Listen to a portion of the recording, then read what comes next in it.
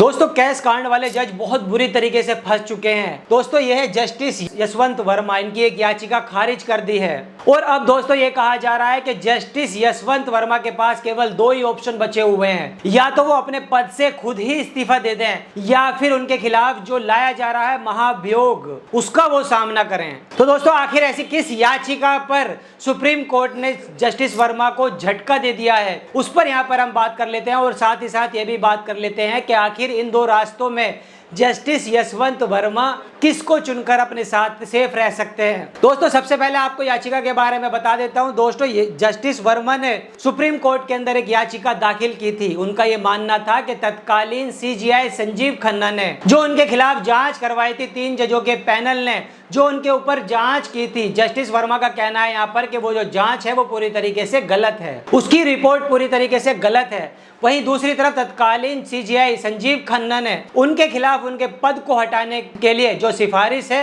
वो राष्ट्रपति और प्रधानमंत्री से भी की थी। इस पर भी दोस्तों उन्होंने इस पर चुनौती दी थी और याचिका साथ में दाखिल की थी। और इसी मामले में जब सुनवाई सुप्रीम कोर्ट की बेंच के अंदर की जाती है तो सुप्रीम कोर्ट की बेंच में जस्टिस दीपांकर दत्ता और जस्टिस एजी मसीह यहाँ पर कहते हैं कि जांच समिति ने तय प्रक्रियाओं का पालन किया और जस्टिस वर्मा की याचिका पर विचार नहीं किया जा सकता। बेंच आगे कहता है कि जांच समिति का गठन और उसकी जो जांच है वो अवैध नहीं हो सकती।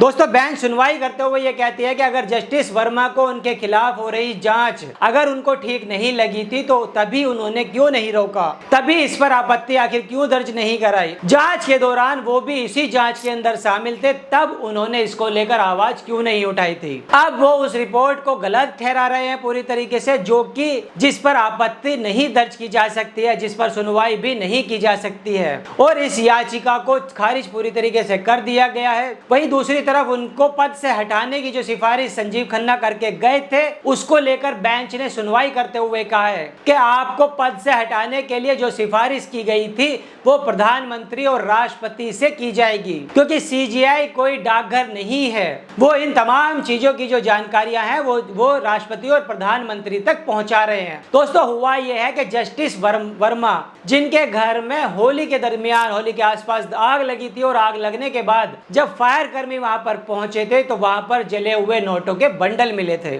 और जिसके बाद से ही लगातार उनके खिलाफ केस चल रहा था और बीते 31 जुलाई को उनके इस केस के अंदर सुनवाई करने के बाद दोस्तों कोर्ट ने फैसला सुरक्षित रख लिया था। कोर्ट इस पर जस्टिस यशवंत वर्मा ने जो याचिका दाखिल की थी उन याचिकाओं को अब पूरी तरीके से खारिज कर दिया गया है। अब जस्टिस यशवंत वर्मा के पास केवल 2 ऑप्शन बचे हैं, जैसा अभी मैंने आपको बताया वीडियो के शुरुआत में ही। पहला ऑप्शन ये है कि वो अपने पद से खुद ही इस्तीफा दे दें और उनका जो इस्तीफा है वो मौखिक रूप से स्वीकार कर लिया जाएगा। वो अगर संसद में जाकर के सांसदों के सामने अपना इस्तीफा स्वीकार कर ले, इस्तीफा बता देते हैं तो उनका इस्तीफा मौखिक रूप से स्वीकार कर लिया जाएगा। इसमें दोस्तों होगा ये कि जस्टिस यशवंत वर्मा की जो बेंच है आम तौर पर जो उनको मिलती है वो उन्हें मिलती रहेगी, यानी कि वो पेंशन उनको मिलती रहेगी और जो बाकी सुविधाएं मिलती हैं जजों को वो जारी रहेंगी, वो भी उनको मिलती रहेगी। लेकिन अगर महाभियोग में उनके खिलाफ आरोप सिद्ध हो जाते हैं, उनके खिलाफ महाभियोग अगर चलता है, अगर उनको उसके बाद पद से हटाया जाता है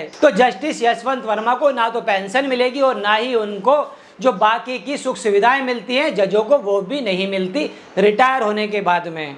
अब जस्टिस यशवंत वर्मा यहाँ पर बुरी तरीके से फंसते हुए नजर आ रहे हैं और दूसरी तरफ उनके खिलाफ सदन में महाभियोग भी लाया जा चुका है। खुद जब मॉनसून सत्र की शुरुआत हो चुकी थी तो पहले दिन ही राज्यसभा के अंदर सभापति जगदीप धनखड़ ने इस बात का पूरी तरीके से जिक्र कर दिया था कि जस्टिस यशवंत वर्मा के खिलाफ महाभियोग लाया जा चुका है। इसमें 50 के करीब सांसदों ने साइन भी कर दिए हैं। लेकिन दोस्तों इसके बाद जगदीप धनखड़ ने इस्तीफा दे दिया था और इसके बाद इस मामले में कोई भी आगे बातचीत नहीं हो पाई थी। लेकिन देखने वाली बात ये होगी अब कि जब संसद में उनके खिलाफ महाभियोग लाया जाएगा तो वो किस सदन में पहले लाया जाएगा।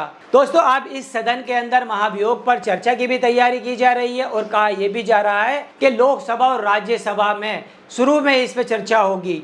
अब देखना होगा कि महाभियोग के बाद आखिर क्या फैसला निकल कर आता है। क्या जस्टिस वर्मा को वो सजा दी जाएगी या फिर जस्टिस वर्मा पर क्या आरोप सिद्ध होते हैं, क्या वाकई जस्टिस वर्मा इससे पहले अपने पद से इस्तीफा दे देंगे। दोस्तों ये तो आने वाले वक्त में ही पता चल पाएगा कि आखिर उनके साथ क्या होगा। फिलहाल के लिए इस खबर में इतना ही। आप इस पर क्या सोचते हैं आप हमें कमेंट करके भी बता सकते हैं। वीडियो कैसी लगी वीडियो को लाइक कीजिए, दोस्तों में शेयर करना ना भूलिए। तब तक मिलता हूँ अनदर वीडियो में। जय हिंद।